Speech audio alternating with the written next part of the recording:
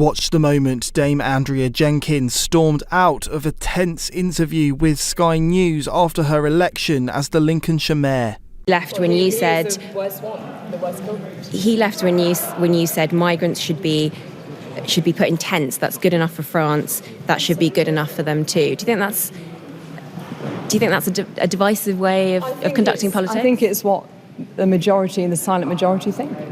That's what you think of migrants. That's where they should. And well, illegal migrants, people come here illegally. They should be put in tents like they do in France. And people seeking asylum should also be put in tents. Well, I think genuine asylum seekers, like Ukraine, etc., that's a different matter. And then you also accused one candidate of. She said you were parachuted in, yes, and you made a comment about her South African accent. What did you mean by that? Well, what I meant is, how can they say I've been parachuted in when I spent most of my life in Lincolnshire, school, Why mention the accent, sorry? Because the irony of saying someone's been parachuted in who's not even from the country. I mean, I went to school, college, university, so I think...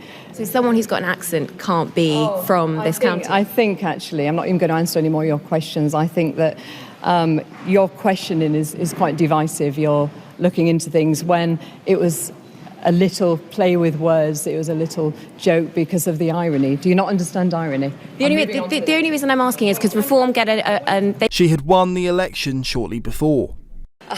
Thank you. To the people of Lincolnshire, thank you for putting your trust in me. I will work tirelessly for you every day. That morning, Jenkyns told GB News she had been the victim of a smear campaign orchestrated by her political foes. Brace yourself for is I mean, the scrutiny is one thing, but the knives are going to be out. I mean, as you've seen in your campaign, the knives are really going to come out, and you're going to have some, and your candidates are going to have some very thick skin. No, absolutely. I mean, as I said in my speech, I thought it was important to address this because, do you know something? It's been soul-destroying, this campaign. As I said in my speech, I fought 4 general elections, 3 local elections, and it's been horrible. It's been personal. I mean, the Conservatives have called the police on me. We've had them saying I'm sleeping with political allies. We've had the independent candidate who's even, her husband even had complained to the council, and there was a hearing and our barrister had to get involved. It's been completely dirty, and I think this has probably demonstrated this result, really, that people are switched off by dirty tactics, and it's about restoring that trust. Dirty politics does not work, or it'll only work short term, and we've got to listen to the people and deliver for them, and this is why they've got a vote. They kick people out when... I mean, look, I got kicked out as a Conservative MP. I trust in the electorate, and I will not let the people of Lincolnshire down. Andrea, you know how difficult it is to be in government, and it's certainly true that the last Conservative government made some unforced errors over things like immigration. But nevertheless, there are some other things that are far, far more difficult to fix. I mean, one of the reasons that taxes are so high is because we have an ageing population. That's not something that anybody, even Reform, can do anything about. How is Reform going to manage expectations about what a potential Farage premiership could actually achieve? Look, as I said, I'm blown away by the professionalism of Reform, how they're planning, and you'll see more policies released over the coming months, the coming years, and we will deliver. Look, we are well aware of the major issues.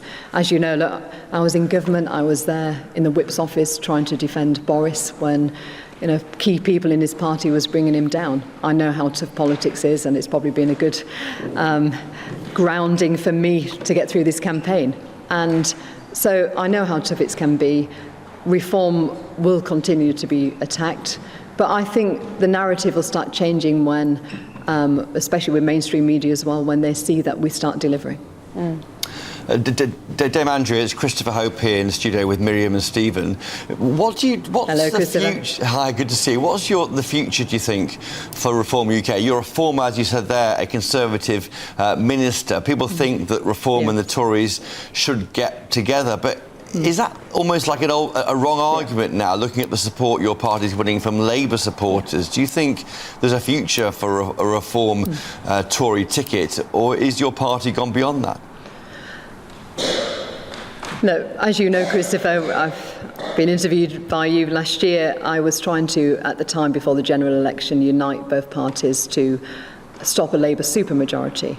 However, having been on the inside of reform, we don't need that. I mean, what I think is amazing about reform is, as you said, the ability to pull from Labour and Conservative. But what I think is actually uniting people from those two parties to come to reform is, look, it's our country, it's belief in our country, it's fairness in society, it's not wanting to be back of the queue, it's about strong policing, strong defence, and a sense of what is right.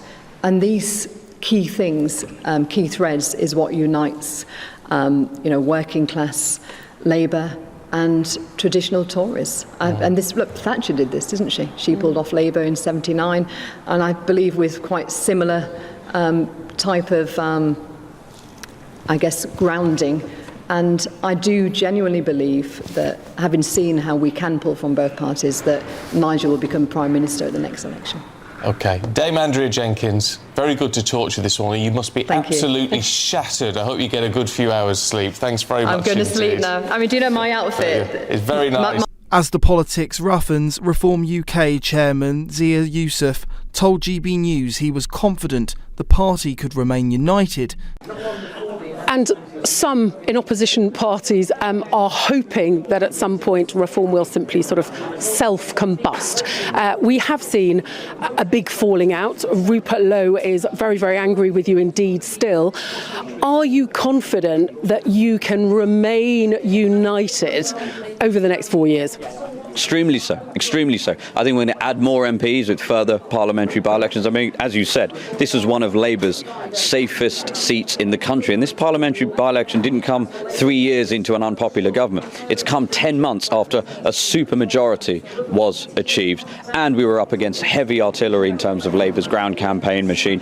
That's another really important point when people talk about reform disappearing. We have built durable infrastructure here in the way that, frankly, no prior Nigel Farage party had really managed to build. We've got 460 branches across the country, tens of thousands of volunteers. If we didn't have that, because I know we're talking about Runcorn and Helsby because we're here and it was very nail-biting and exciting, but we shouldn't forget there were 1,630 council seats up and those mayoral positions, and we fought all of those campaigns across this great country simultaneously. We could not have done that without the hard work of all of those branches and grassroots, and we have built that from scratch inside 10 months. And I'll tell you one other thing. However good our campaign was this year, it's going to be twice as good by next year, and probably another 50% as good as the year after that.